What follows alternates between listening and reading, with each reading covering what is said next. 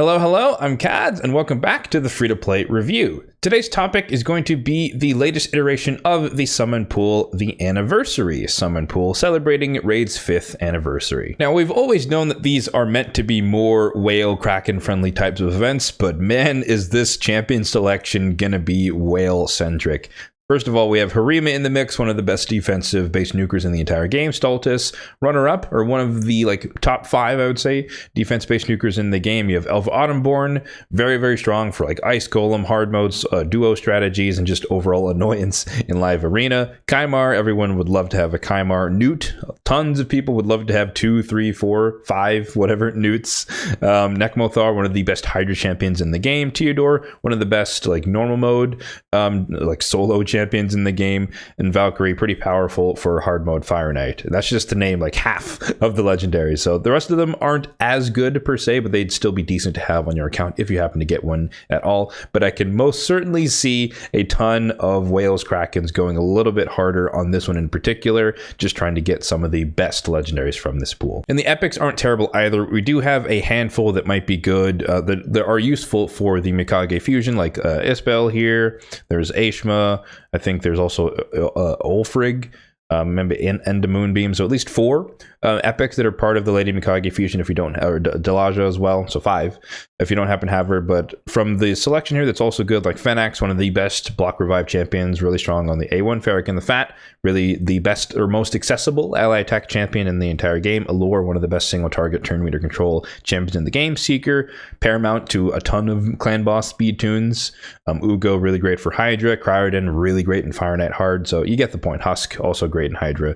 Geomancer. So lots of good champions in the pool. Unfortunately, there's so many that you're unlikely to get the one that you're looking for if you're only looking for one. But if you're casting a wide net, then you might just get something that is helpful to you. If we're looking at the Prism Shard itself, in this instance, we have a 7% chance to get a legendary, 93% chance to get an epic. So it's slightly more powerful than a Sacred Shard, 7% versus 6%, but for all practical purposes, that's basically the same thing. So think of these as a Sacred Shard in terms of the odds of getting a legendary from one of these. And they cost 30 fragments to summon. Now, the pattern that I've noticed with these is that they typically offer 60 fragments, i.e. roughly 2 summons, give or take, depending on how much the cost is for that particular event. But they typically offer 60 fragments up for grabs for, air quotes, free from in-game events. So in this time, it is no different. There are 30 from the Sand Devil Turn Attack Tournament, which this time around, I'm probably not going to participate in, but I'll talk about my plans a bit later. So the Sand Devil Turn Attack Tournament, regardless of whether or not it loads on time,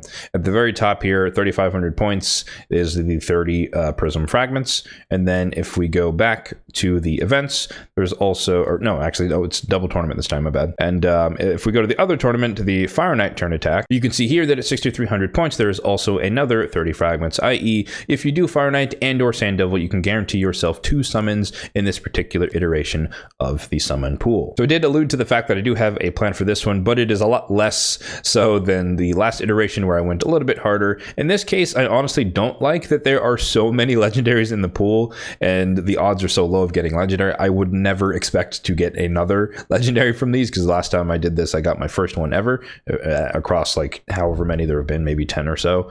So I wouldn't expect to hit another legendary, but even if I did, the ones that I would want, namely, I would take a duplicate of Harima, but Battle Khazar, Elva, and Valkyrie would probably be my top 3 from this selection. The odds are so low because there's so many legendaries in the pool that it doesn't feel as worth it compared to the last iteration, which was high elves, and there were basically 3 legendaries, or 3 or 4.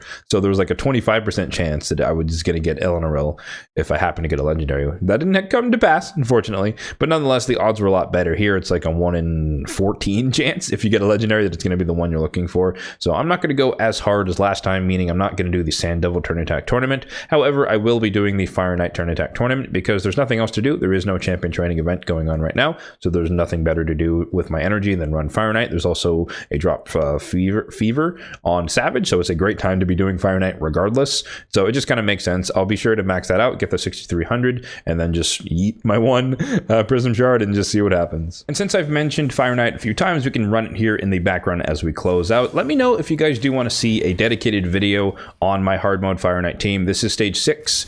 I've not been able, or not been successful in getting some, well, I have not been successful doing stage 10, and so I haven't really worked out a perfect team for that. However, I'm willing to try once I get my hands on Lady Mikage. That way I have a little bit stronger ally attack than Farrakhan the Fat that I'm using in this particular composition. But yeah, let me know if you guys want to see a full breakdown of this exact team and how it works and how it functions on stage 6 of Hard Mode Fire Knight. Aside from that, that is going to do it for today's free-to-play review of the Anniversary Summon Pool. Let me know in the comment section down below as well if you guys are going to be going ham on the Sand Devil and the Fire Knight Turn Attack tournaments to see if you can get yourself the free summons, or let me know if you're going to be buying buying fragments or whatever they're called. No shame if you guys want to spend the money. You know, it could definitely be worth it if you are lucky in this instance, because like I said, there are tons of good quality champions in this. As a free-to-play player, obviously that's not an option for myself, but nonetheless, I'm not going to dissuade anyone from partaking in that particular path. As always, if you did find this video helpful, then be sure to hit that like button down below, and if you did enjoy the video, then be sure to subscribe to the channel for more content just like this one in the future. Thanks for watching, and have a good one.